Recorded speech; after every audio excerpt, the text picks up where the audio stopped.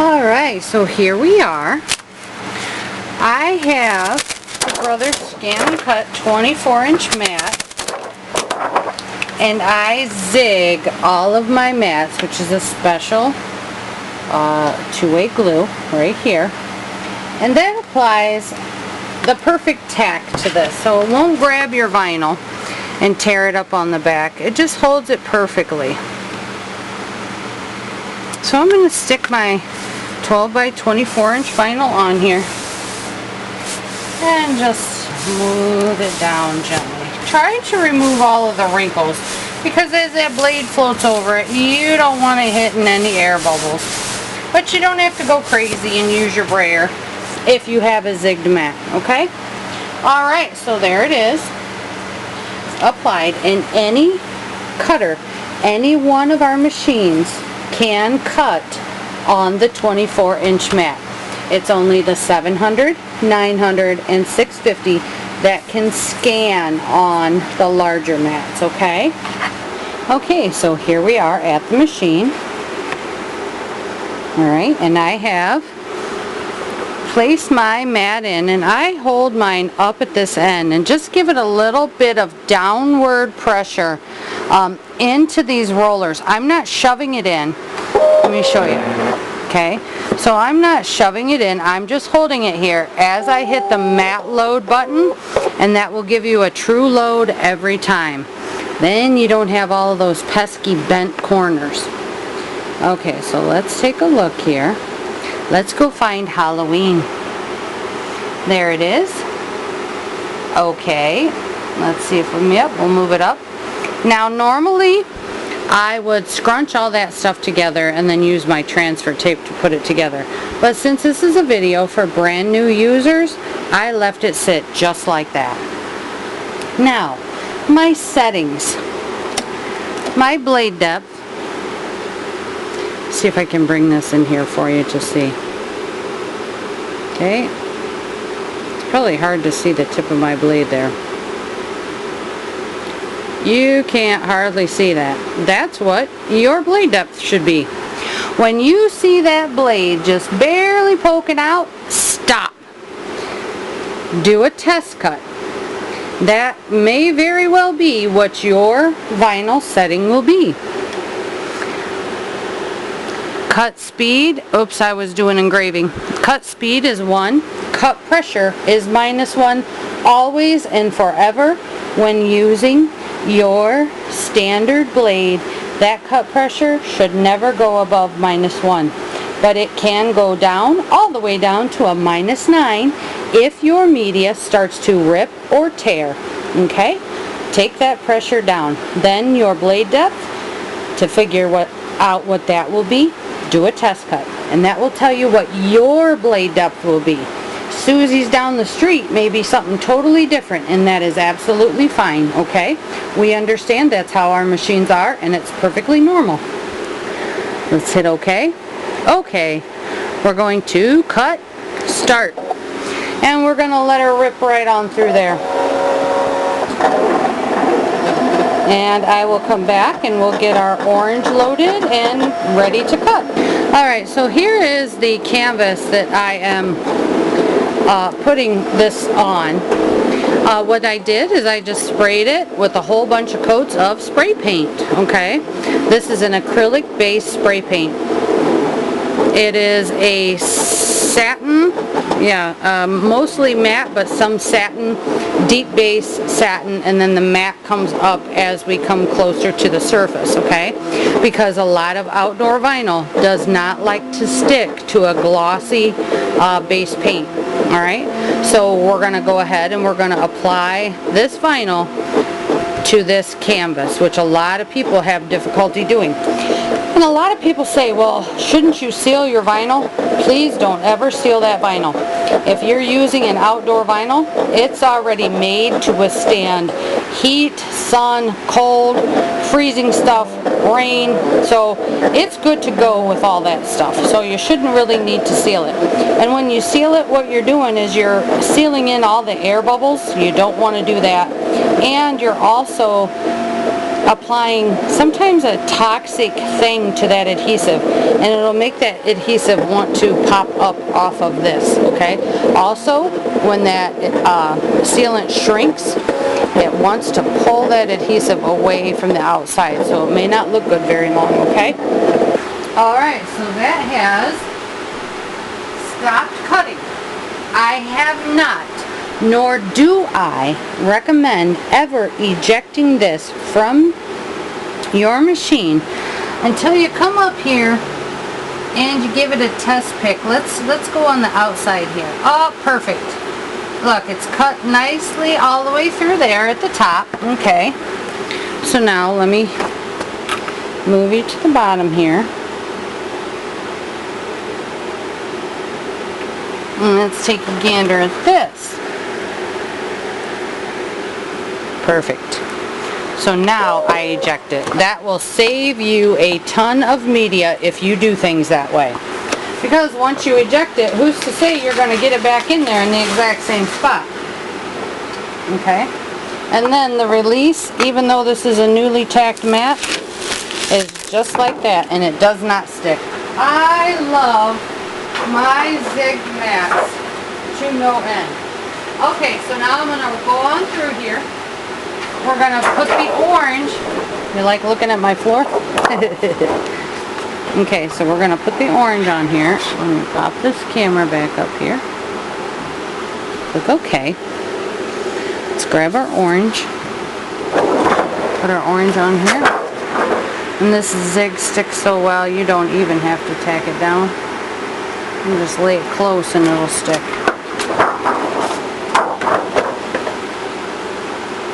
Alright, so now we're going to cut our orange and we will be done. With the cutting, that is. This 24-inch mat is hard to handle. Okay. So I'm going to come in, I'm going to hit click the home, come in, grab my Halloween orange. Right there. Okay, okay, cut, start. And it'll go through and cut all the orange. Alright. Okay, so the orange is done. Let me get a test pull. Perfect. I'm going to eject it. Shut my machine down and we're going to head to the table and weed. Okay, so here we are at the table. I just gently peel off my vinyl because it's on that zig mat and it just releases so easily. Okay, I'm actually going to turn on the light. Be careful, it'll blind you at first. Alright.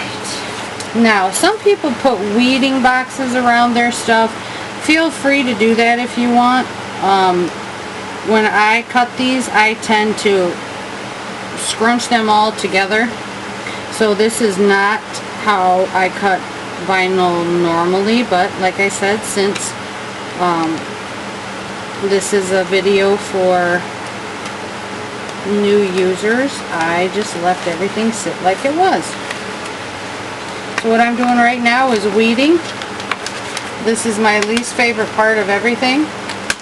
People on my group know that I cannot stand weeding and I will gladly pay someone to do it for me. But when your cutter cuts as well as ours does, you can pretty much do a rip weed and be done with it.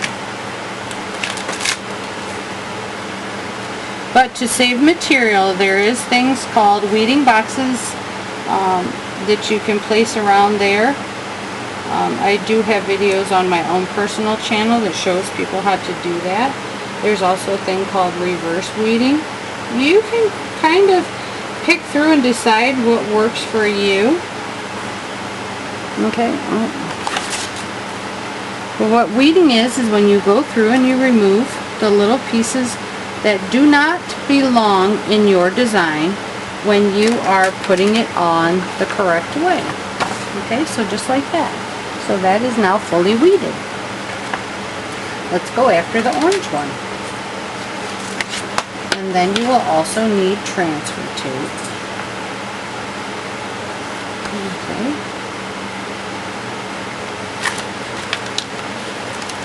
Now when I weed, I pull my design directly back, except for that piece, on top of itself, so that it doesn't pull up any of the other little pieces. What's going on here? Oh shoot. There we go.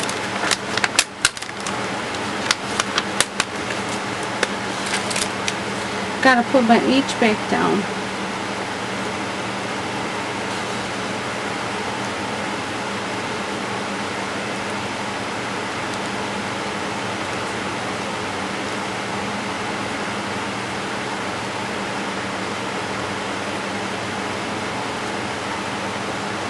But I pull my vinyl right back onto itself so that it doesn't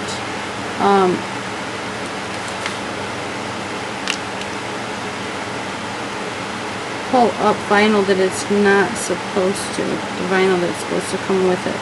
Okay?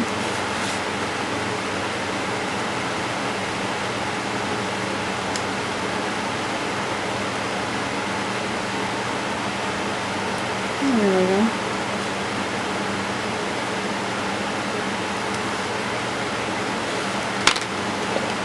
Get my squeegees. Work out any and all kinks that get into there. And go through and weed out the small parts that don't belong.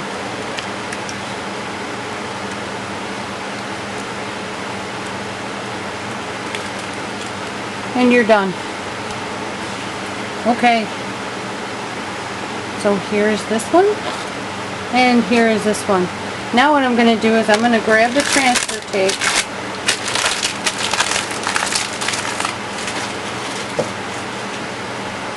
And I use a low tack tape. You can use whatever kind of transfer tape you want.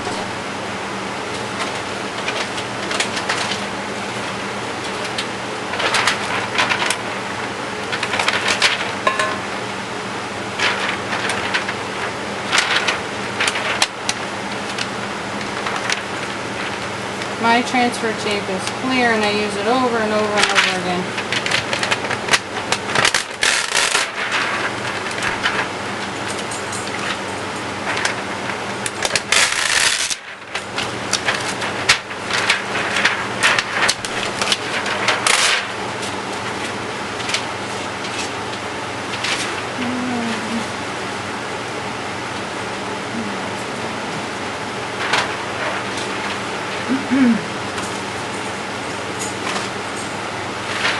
Alright.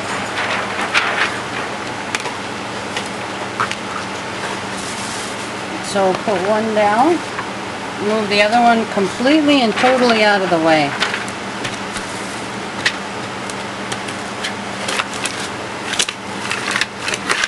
Start on one side and move your way over to the other side. Don't go pick here, go here, here, here. Always one side and work your way over to the other.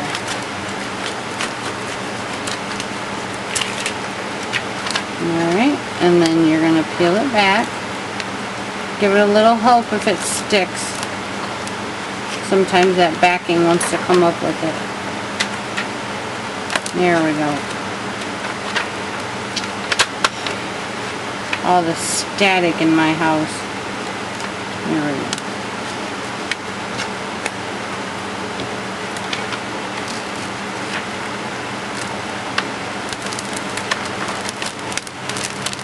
And if it doesn't want to come up, just put it back down and rub right back over it. Okay. Now I'm going to lay this one down. If your corners curl up, in order to prevent it from sticking to that too soon, grab some tape and just tape it down. I just have regular Scotch tape that I'll use. And because I'm standing on an angle, I'm going to put it on an angle. So if it's crooked to you, I apologize, but I'm not going to have a crooked design. Tilt your tablet if you need to. Okay, so now it's nice and flat. Alright.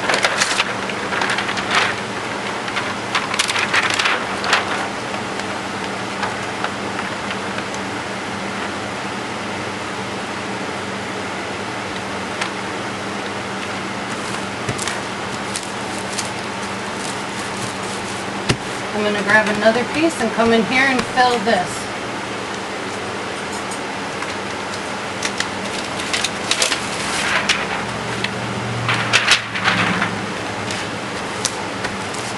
Alright, so now everything is covered.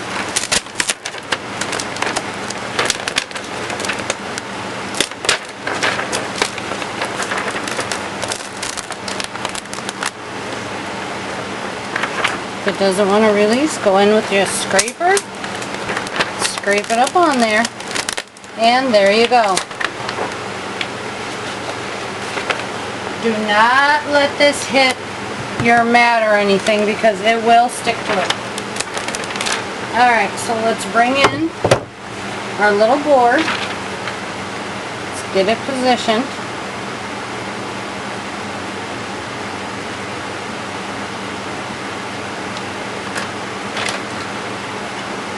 I'm going to start on this side and work my way over. I'm going to go get something to stick under the squishy spots because I may need a firm surface to press it to.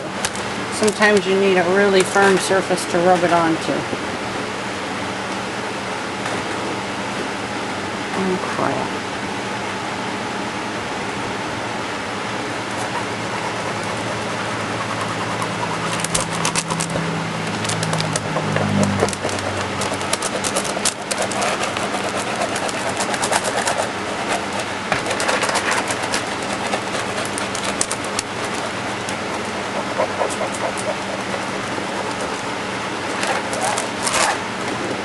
Alright, let's see how well we're doing here.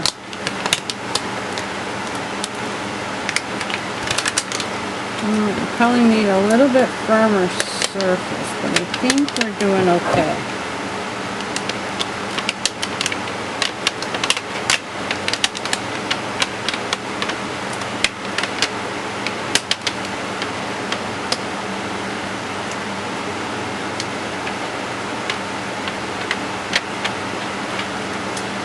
Oops, just folded that under. Don't panic, just pick it back out.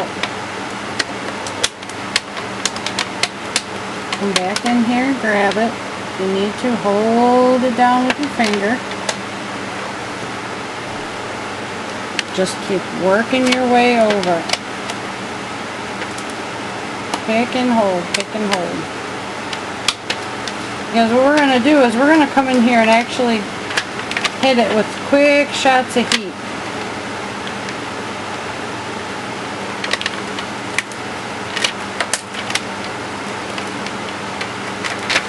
So don't worry about what it looks like right now.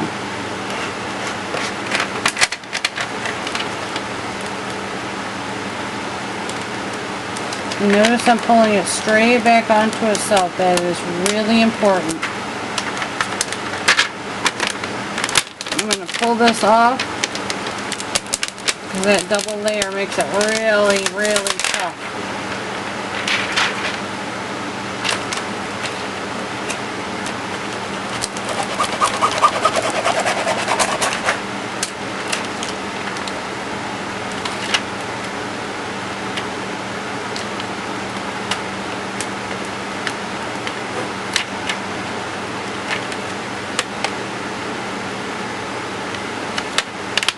And we're just going to keep on working our way. You see, it really does want to stick.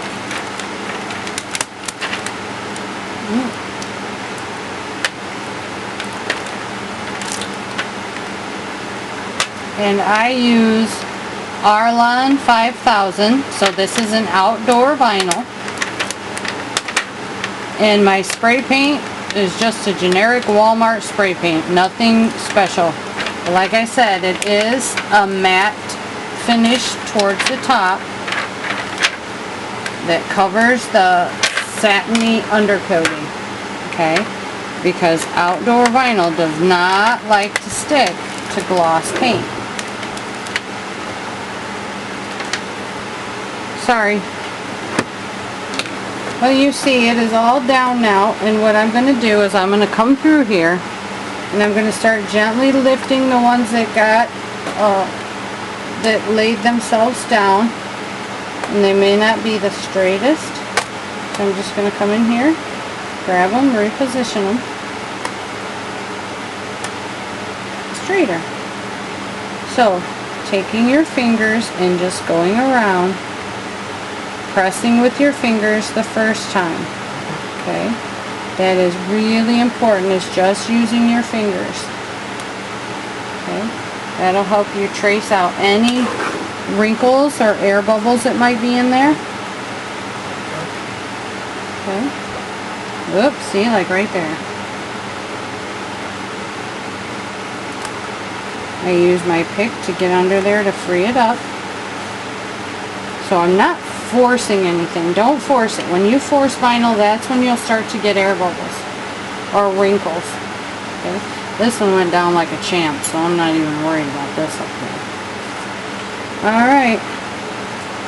Now, if yours is not sticking, see, I don't have to worry about this. This is Arlon, and it sticks absolutely awesomely to pretty much anything. If you use Oracal, you may want to hit it with some quick shots of heat. Okay. So I'm going to show you what I'm talking about. Okay. So here's my little heat or embossing gun. All you want to do is just really quickly go over it. If you leave it set on that vinyl, it is going to wrinkle it up, melt it, burn it, just be really, really bad for it. So heat it up, run your finger over it, and be done. Okay? That's all you want to do.